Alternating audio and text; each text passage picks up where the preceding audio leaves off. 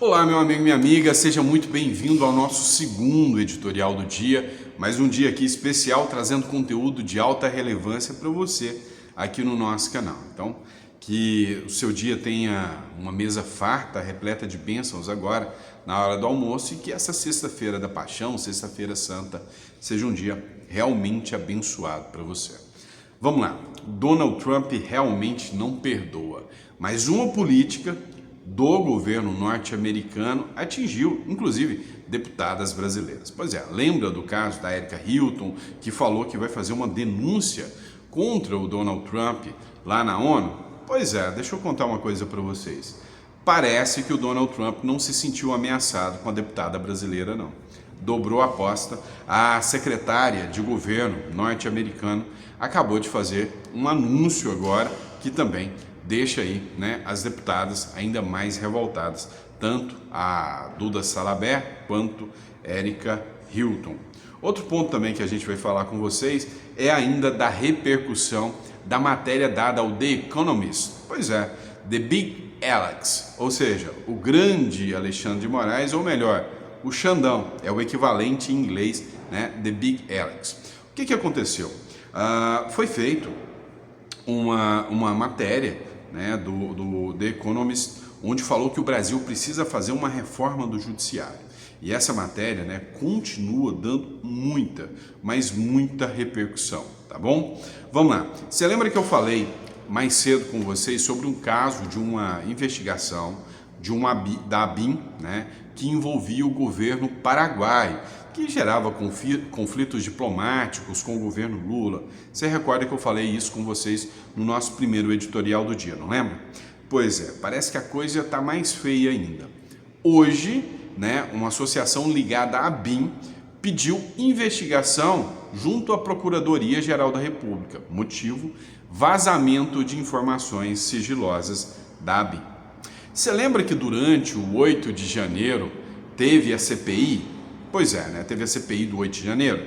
Durante a CPI do 8 de janeiro, mensagens do então diretor da ABIN, né? do ministro da ABIN, que era o Gonçalves Dias, aquele que deu aguinha para o pessoal envolvido no 8 de janeiro, lembra disso? Pois é. No caso ali, as mensagens foram expostas e um trecho das mensagens dizia que o crime organizado é muito mais preparado que a ABIN. Pois é, até jornalista dá jump e passa a perna na ABIN, aí você já vê, né, a situação vergonhosa que a ABIN passa, né? Vamos falar também do governador do estado de Minas Gerais. Pois é, o Romeu Zema resolveu levantar o tom, comprar briga e partir para cima do governo Lula. A gente vai falar sobre isso aqui também. Outra questão, a oposição está aproveitando o embate agora e quer investigar o governo Lula, reviver a Lava Jato.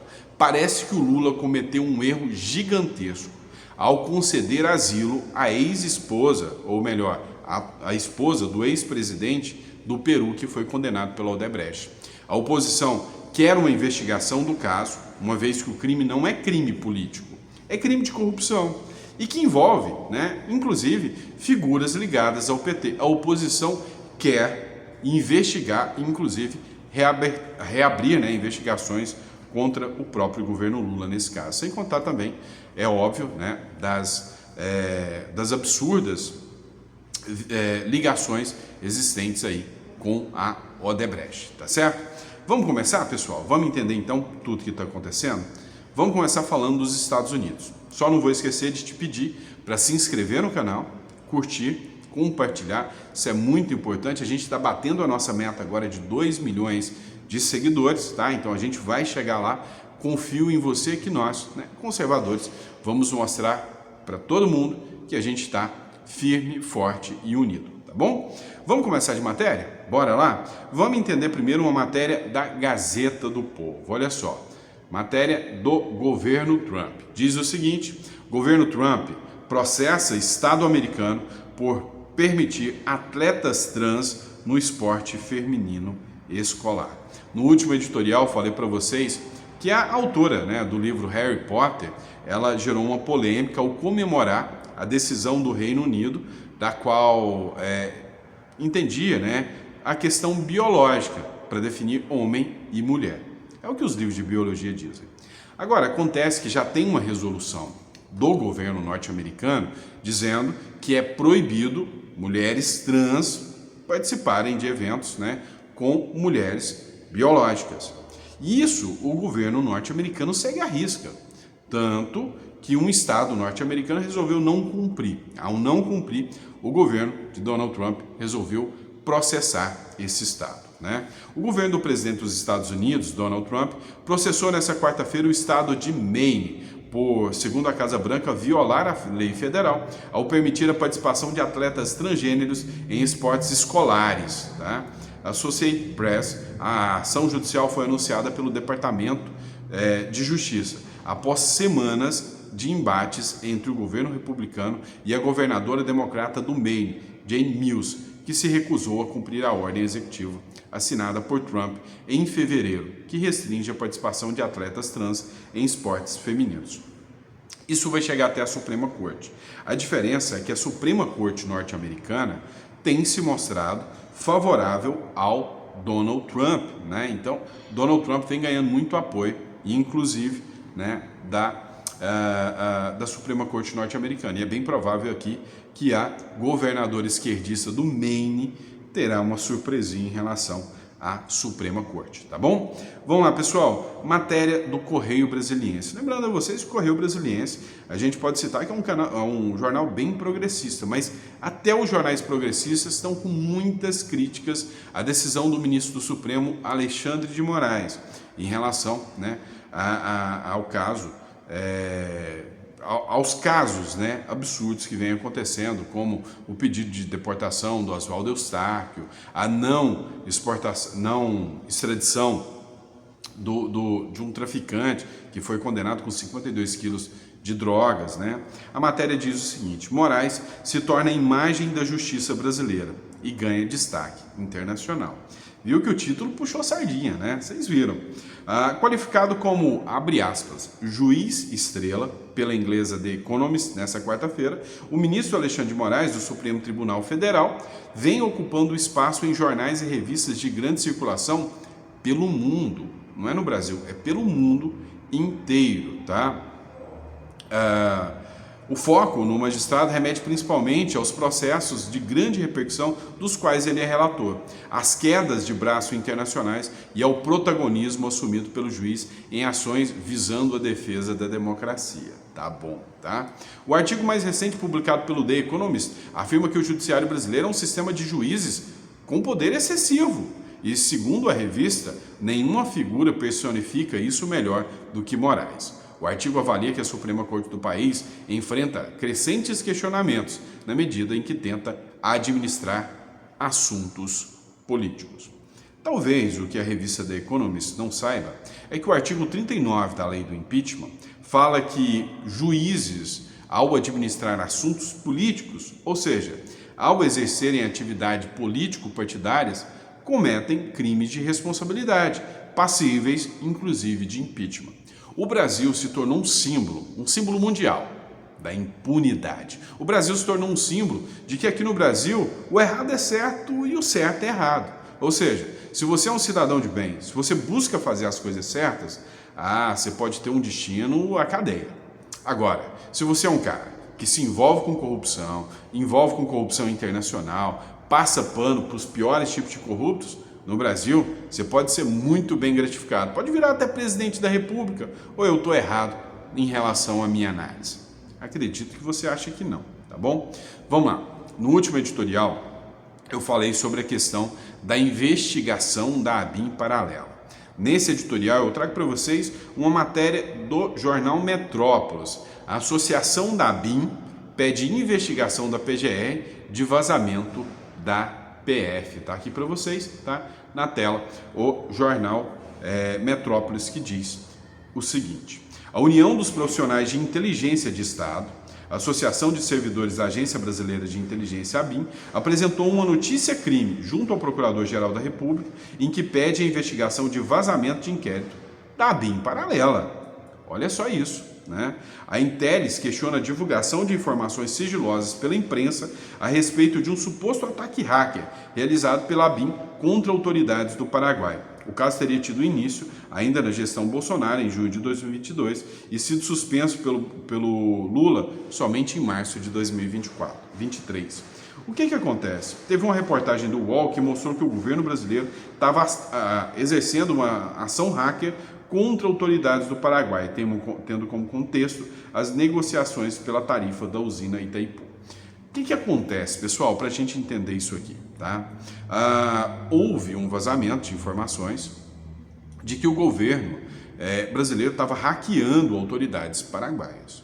E só depois da matéria da UOL ter sido divulgada é que o governo paraguaio tomou conhecimento. Qual que é o papel da ABIN aqui?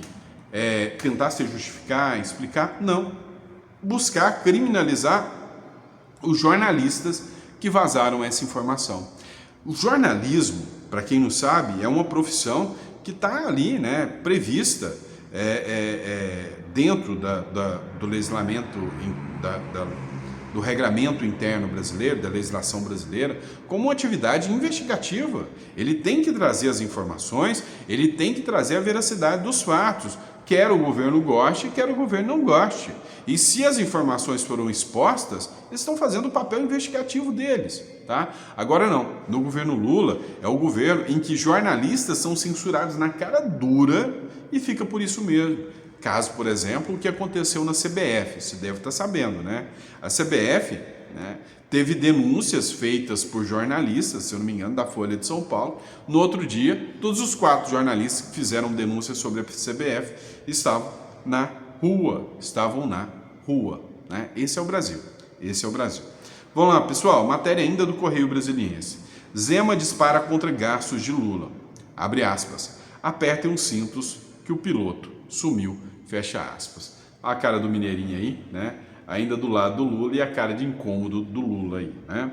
O governador de Minas Gerais, Romeu Zema, foi às redes sociais criticar o governo do presidente Luiz Inácio Lula da Silva por prever a falta de 10,9 bilhões para cumprir os pisos de gastos com a saúde e educação no orçamento de 2027. A estimativa da gestão petista está no projeto de lei de diretrizes orçamentárias de 2026, apresentado na terça-feira. Zema comparou a situação com a gestão do ex-governador Fernando Pimentel, em Minas Gerais, quando em situação financeira delicada houve atraso de repasses da saúde, da educação e dos municípios. O argumento que se tem aqui é que pode faltar verbas preste atenção, até para os salários de servidores.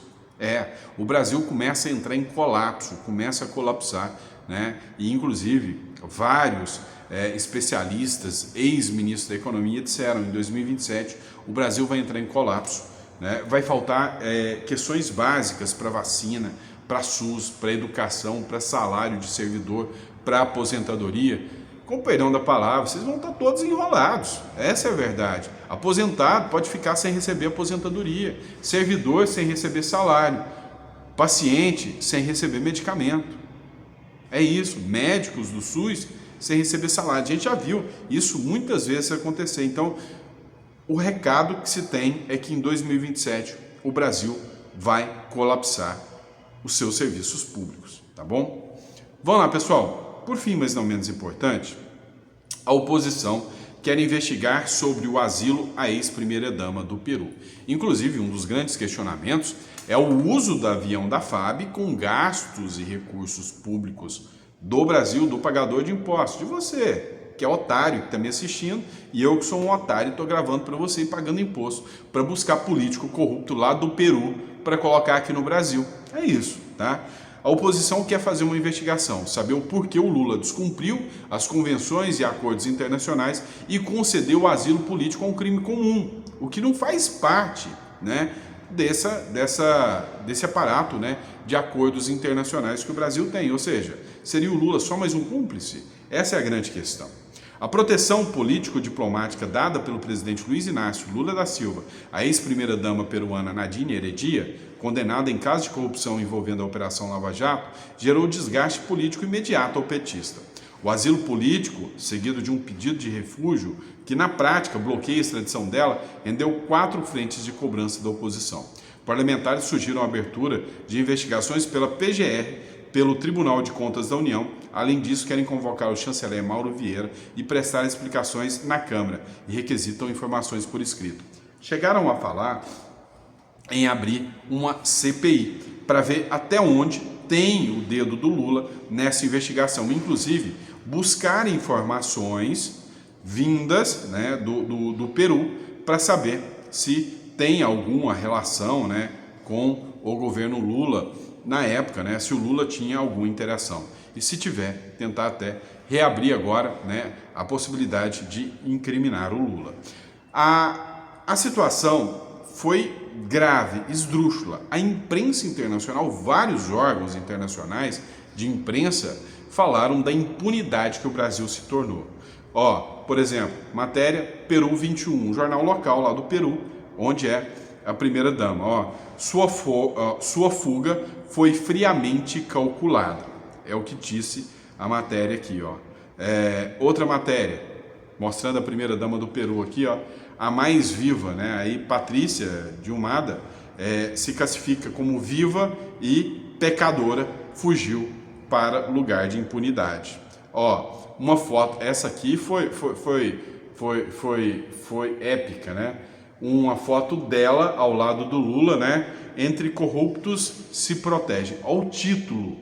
Entre corruptos se protegem, lá do Peru, né? Ó, jornal La Razón, tá? Nadine viverá em mansão em São Paulo. Esse é o presente da impunidade que acontece aqui no Brasil, né? É um retrato da impunidade. Ó, outra matéria aqui, Claricon, fortes críticas a Lula no Brasil por outorgar asilo político a Nadine Heredia. Lá no Peru, ninguém vê isso como um crime político. É um crime comum. Foram mais de 15 milhões em propinas vindas da Odebrecht com o dedo do Palocci indicados para Nadine. Ó, Nadine já goza de asilo no Brasil, né? Ó, notícia lo Peru, né? Olha só, abrem la opção de extradição, né? Ó, acabou a opção de extradição, matéria do Correio peruano. Ou seja, a imprensa internacional já reconhece o Brasil como um paizinho tupiniquim, que é o país da impunidade, né? Infelizmente, é isto que o Brasil se tornou, tá bom? Vamos lá, a última matéria que eu trato aqui para vocês nesse nosso segundo editorial do dia é matéria da revista Oeste. Ativismo judicial é um drible na democracia. O que está acontecendo?